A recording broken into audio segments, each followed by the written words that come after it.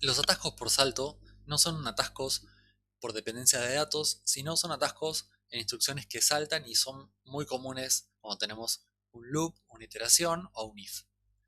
Entonces, recordemos un poquito qué tipos de saltos tengo. Bueno, los saltos incondicionales son saltos que siempre se ejecutan. Por ejemplo, tengo acá un loop y la instrucción j loop que salta esta etiqueta y esto siempre va a saltar, siempre va a saltar. Y en ese caso no hay ninguna decisión a tomar. Hay una instrucción que hemos visto poco, pero que se llama JR, que salta a la dirección que indica este registro. Esta es un salto incondicional porque siempre se hace, pero tiene de problemática que en realidad no sabemos a dónde saltamos hasta que veamos cuál es el valor del registro R3. Y por último, tenemos los saltos condicionales, que no siempre saltan y estos van a ser los más interesantes. Entonces, en este tipo de saltos siempre tengo algún tipo de comparación. En este caso comparo R2 a ver si es 0 y R2 puede ser el resultado de una comparación u otra cosa, ¿no?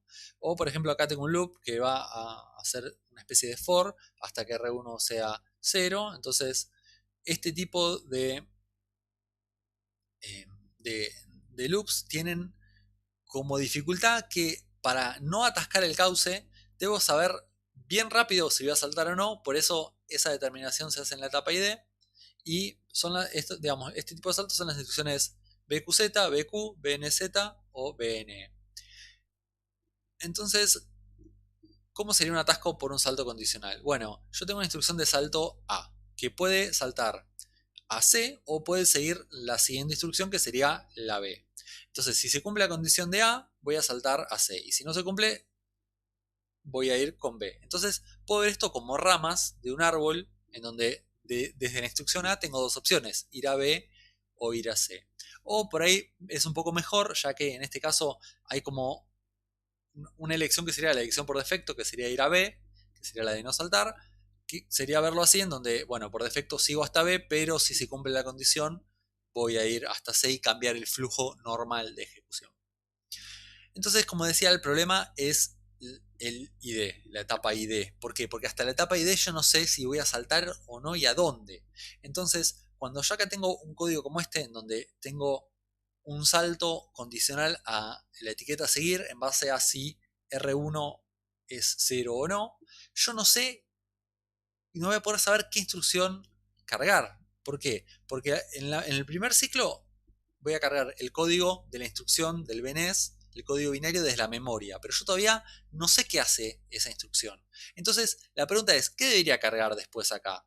¿Que debería cargar el NOP o el HOLD? Bueno, hay un problema ahí, que es que yo ni siquiera sé esta instrucción cuál es y ni siquiera sé hasta dónde, por más que esté la etiqueta acá, ni siquiera sé a dónde va a saltar. Entonces, al simulador, la única opción que le va a quedar es cargar el NOP, ¿sí? Por más que después se vaya a hacer el salto, la única instrucción que puede cargar, como para hacer algo, para no dejar un ciclo sin hacer nada, sería el NOP. Pero no es solamente para no dejar un ciclo sin hacer nada, sino que en realidad ni siquiera vas a ver que había un salto hasta que no llegue la idea. Entonces va a seguir la ejecución normal, la CPU no puede hacer nada más mejor que eso y va a cargar este NOP. Entonces, luego de que carga este NOP, pueden pasar varias cosas. Entonces, nosotros tenemos acá la instrucción A, la instrucción B y la instrucción C, ¿no? Entonces, si la instrucción A determina que no tenía que saltar, entonces voy a seguir con B, voy a ejecutar B y no voy a tener ningún atasco, ¿no? Bien, perfecto, no tengo problema ahí. Ahora, si en realidad la condición era verdadera, yo voy a tener que cancelar la ejecución de B y pasar a ejecutar C. Entonces, esta instrucción B que entró a ejecutarse al cauce, pero después la tuvimos que sacar, nos va a generar un atasco de tipo BTS que se llama Branch Take Install. La palabra branch es rama en castellano y sería la traducción no literal, pero más o menos sería un atasco por la rama equivocada. O sea, nos fuimos por una rama en ejecución y teníamos que ir por otra. Entonces, vamos a verlo en un programa un poquito más largo. Tenemos acá este programa en donde cargamos en R1 un valor, le ponemos unos knobs para que no haya atascos raw, para no confundir, porque no tiene nada que ver con los atascos raw, y aprendimos el forwarding, pero también esto nos pasa sin forwarding, y entonces lo que vamos a hacer acá es saltar. Si R1 es 0, vamos a saltar a seguir, y si no es 0, vamos a ejecutar el knob, lo mismo que vimos recién. Entonces este sería un poquito del árbol acá de ejecución, ¿no?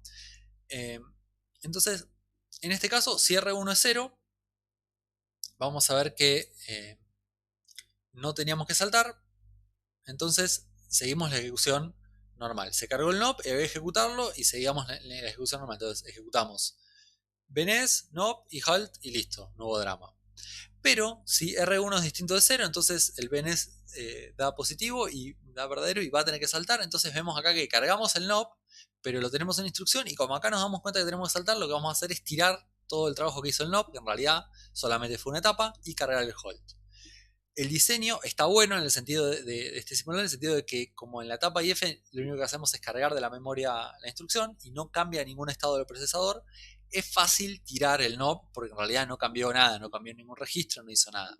Ni siquiera es imposible atascarse en la etapa IF, así que ni siquiera se pudo atascar ni hacer nada raro. Entonces es muy fácil tirarlo. Pero bueno, este tirarlo quiere decir que perdemos un ciclo, porque en este ciclo acá no hubo una instrucción que se metió y que acá me termine, ¿no? Acá tengo un huequito, acá debía haber terminado esta instrucción, pero como la descarté no termina, entonces me bajan los CPIs, que es lo peor, lo que no quiero.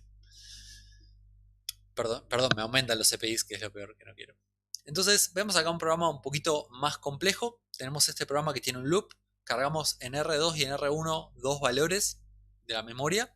Y lo que vamos a hacer es hacer un salto. Vamos a hacer acá un salto hasta que R2 se haga 0. Lo vamos decrementando. Y en el medio vamos a hacer un corrimiento a la izquierda de R1 con este DSSL. Esta instrucción no es importante. Lo importante es que acá tengo un loop. Y este loop va a tener un montón de veces, un montón de ocurrencias de este atasco BTS que decimos. Entonces, acá tengo, estas serían las instrucciones del programa, que son estas de acá, pero como tengo un loop, en realidad esto se ejecuta un montón de veces.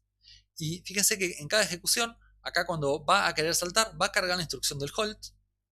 Pero como las primeras veces, como esto es un for, en realidad la condición esta de no saltar solamente va a ser verdadera la última vez. Todas las primeras veces, digamos, las primeras iteraciones va a saltar. Entonces, vamos a ver que por cada iteración que nosotros tenemos, vamos a tener un atasco de tipo BTS. Entonces, cada iteración va a perder un ciclo de ejecución en atasco por el BTS.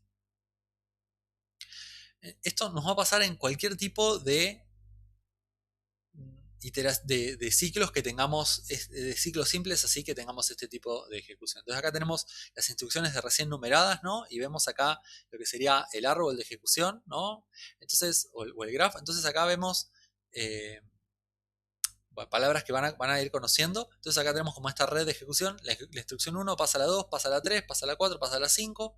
Acá verificamos la condición y puede ser que no salte o que salte. Pero entonces, si yo tengo n iteraciones, voy a tener n-1 atascos BTS, porque las primeras n-1 veces voy a hacer este salto, pero en realidad voy a cargar la instrucción 6, que en este caso del hold, que la cargo y después la tiro. Entonces, en este ejemplo, acá puse b-1 saltos porque son, en este caso cargo en R2 el valor b, si b vale 10, entonces voy a tener 9 saltos con 9 atascos BTS y la última vez recién que no voy a tener el atasco BTS. Si tuviese un bucle más del tipo while, en donde en realidad la condición la verifico acá al principio, bueno, este esquema cambia un poquito, ¿no? Porque tengo la instrucción la 1, la 2, después lo que voy a hacer acá es verificar la condición de while, digo, bueno, si R2 es 0, entonces voy al fin, bien, acá, si R2 es 0 voy al fin, esto solamente se va a cumplir la última vez, si no es 0 voy a venir acá y voy a tener un salto acá condicional, que siempre va acá, entonces, en este caso, cada vez que venga acá, voy a tener un atasco BTS, ¿sí? Por venir digamos, porque acá al J le pasa lo mismo. No sabe que, este J no sabe qué instrucción cargar hasta la etapa ID, entonces va a cargar, cada vez que llega acá a hacer J loop, voy a cargar el hold, y entonces cuando cargue el hold, me voy a dar cuenta que no era, porque tenía que volver acá arriba para hacer otra iteración del while, entonces voy a seguir acá teniendo un montón de atascos. Entonces tenemos algo bastante parecido y además la última vez en realidad este J va a tener n-1 atascos y este BQZ va a tener un atasco la última vez porque la última vez va a decir, bueno, yo quiero seguir para adelante, va a seguir para adelante por defecto, va a cargar de la 3 a la 4, pero en realidad tenía que saltar, entonces voy a este 4 que lo cargué y no debía cargarlo, lo voy a tener que sacar y voy a tener que dar la vuelta. Entonces en este caso voy a tener, si tengo n iteraciones, voy a tener en realidad n atascos totales, n-1 de este salto J y 1 de este BQZ.